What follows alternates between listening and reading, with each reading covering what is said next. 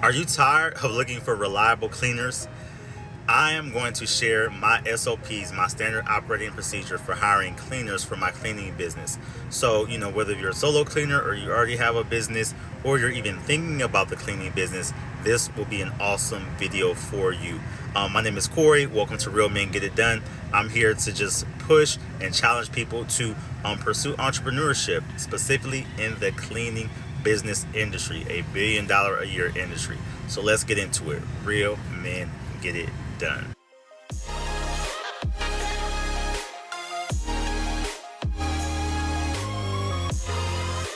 Be successful. So let's get right into it.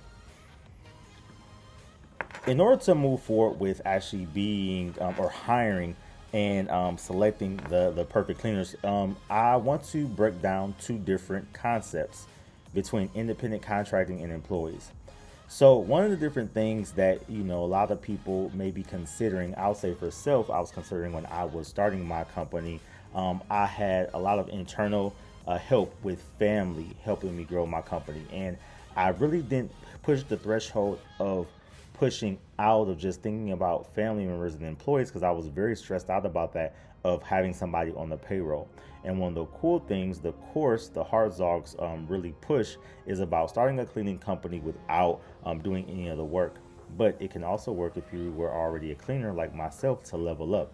So independent contracting versus actually employees.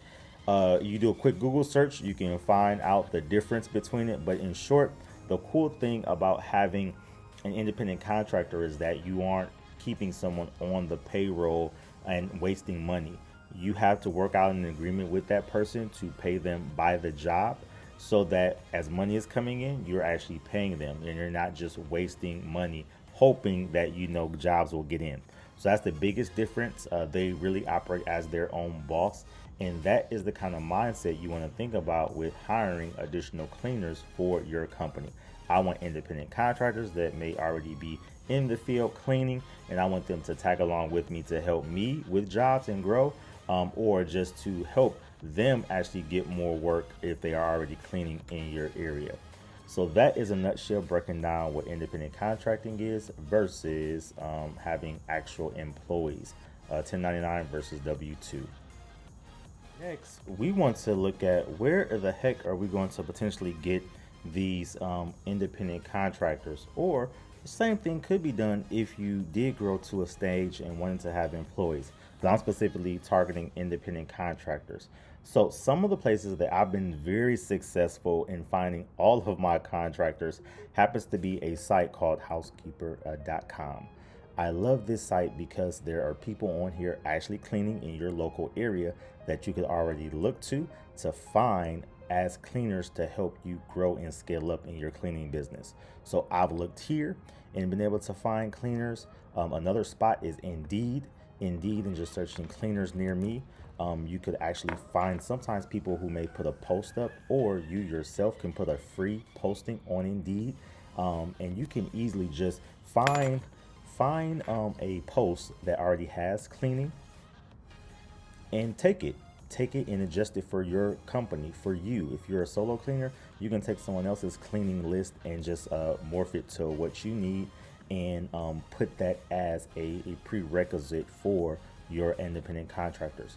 So these are my two biggest go-tos. I'll show housekeeping in 1 second. One other one I'll show is Craigslist.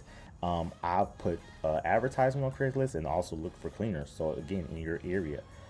Another thing, Facebook Marketplace, but just searching things as like cleaner and seeing what pops up maybe in your area and see who's already cleaning, and you can reach out to them. You see. So, you got options. I'm just saying, you have options to kind of check and select in all these different social media apps to figure out where are cleaners. But I'll specifically talk briefly about housekeeper.com. I love housekeeper.com because the free version, you get one free credit. It limits you. I highly suggest to upgrade for at least a month. It's like $29 a month and you have full access. But when you jump onto housekeeper.com, it will give you an opportunity to actually have an account where you can also promote your business. So say for example, if you are a small cleaner, you're pretty much making a resume about your cleaning business just as you would on Indeed. So a quick snapshot of your company, and that way people can search you. And since you have free credits, you can also search people. So that's the cool thing about housekeeping.com. As again, you can find people that are in your area and reach out to them via a message and say, hey, I'm a local cleaner. I am looking to just get some help sometimes. Can you connect with me? Like, there's a lot of ways you can approach another person to help connect with you in terms of cleaning. But the whole aspect is like you're helping them level up, you're helping them level up, and you're also helping yourself level up to grow your business. So I can tell you, I don't mind sharing that I usually do a 60-40 split. Sometimes that's a little bit different with the contractor. But for some jobs, I will do a 60-40 split, and they get 60% since they're going to do the job. 40% comes back to me because I'm the one that actually found the job. But these are my 3 go-tos right here that I've looked for cleaners at, but I've been most successful on Housekeeper, number 1, then putting a free application on Indeed, and then seeing folks filter in and connecting with them that way. For the mat. Now let's transition really briefly into my process, kind of giving you my SOPs. And SOPs, standard operating procedures, are pretty much how you do what you do for your business. A lot of times for small business owners, we have them. We just may have not taken the time to actually write them down. So me talking to you all, I'm walking you through my SOPs, which could be yours. Again, fill in the gaps of what works for you, fill in the gaps for your business. A lot of things will be area specific. But fill in the gaps and actually write your processes down of how you hire or how you want to hire. And as you move forward with the actual process, it may look different than what I showed you because of your experience, and that's okay. Tweak it to best fit you. So we talked a little bit about what are ICs, and we talked a little bit about where to look for them at. Now moving forward with my process. So I usually have people go to my website, and that is the first step. No matter what platform that I'm on, I will send people to my exact website for them to be able to fill out an application for cleaning services. And through my website, I have a lot of information at the bottom, my job application, and it flows through what I'm looking for, what an independent contractor is, giving them a scope of work, giving them some examples of like what I'm looking for. I direct people here. And I'll be perfectly honest, through my process, I am actually trying to eliminate you from being a part of my team. I want to weed you out, and I want to make sure I am hiring the best and the brightest.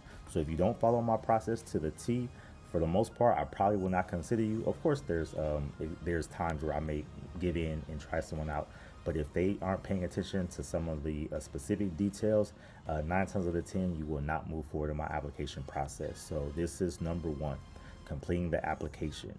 My step number 2 is after they complete the application and I get it, we have their digital information, their email, their phone number.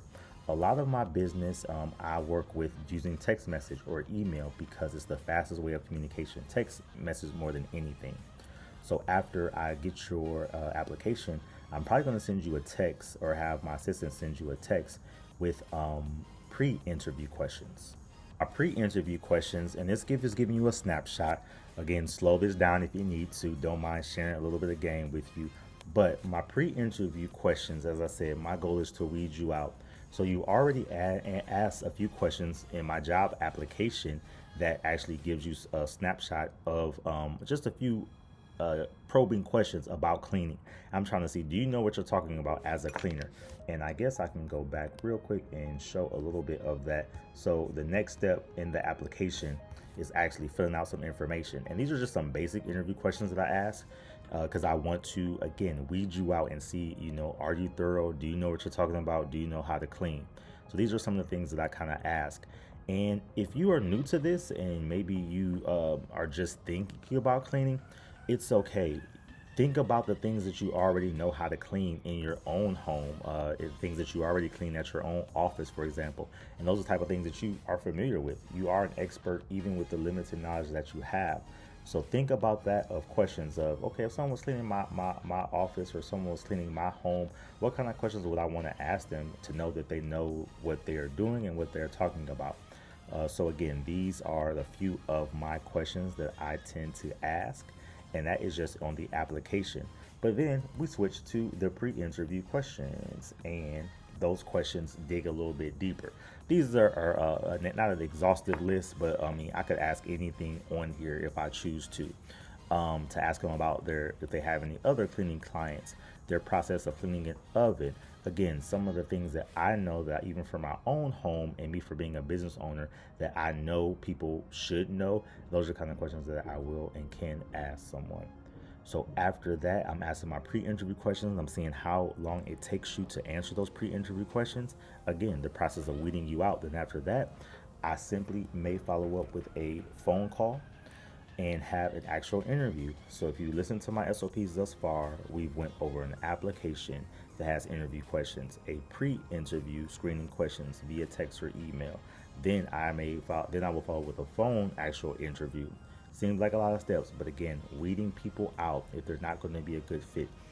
I would rather find out up front if you're going to do the job and kind of be able to communicate effectively and quickly versus not. So I'm trying to weed you out. And after I do that phone interview, and it's really just a conversation, I may ask them the exact same questions and see how they can communicate, see how well they understand what subcontracting is as being an independent contractor, and move forward from there. The last thing that I will look forward to do is a test clean. So when I actually test clean them, usually I will have them with me or paired with maybe another cleaner that I may have, and I'll go out to the site. But I just want a quick test clean, and I may give them. I usually do 25 an hour, so I'll get you for 2 hours, pay you $50. But now let's back up everything that you said in your interview, your pre-interview questions, and you actually having a conversation with me. And I want to see how well you can actually do the actual job. And once that is said and done, now there's a couple ways to do it. Technically, I've been switching it up a little bit since I've grown my team. I may send the person with someone and do a clean before I do maybe my full process, because it's not doesn't make sense for me to move you forward if you really can't clean. And I've grown my team big enough now where I can usually tag someone on to watch them, and I'll try to do a clean that's not necessarily in someone's home, but maybe a moving in or a moving out clean.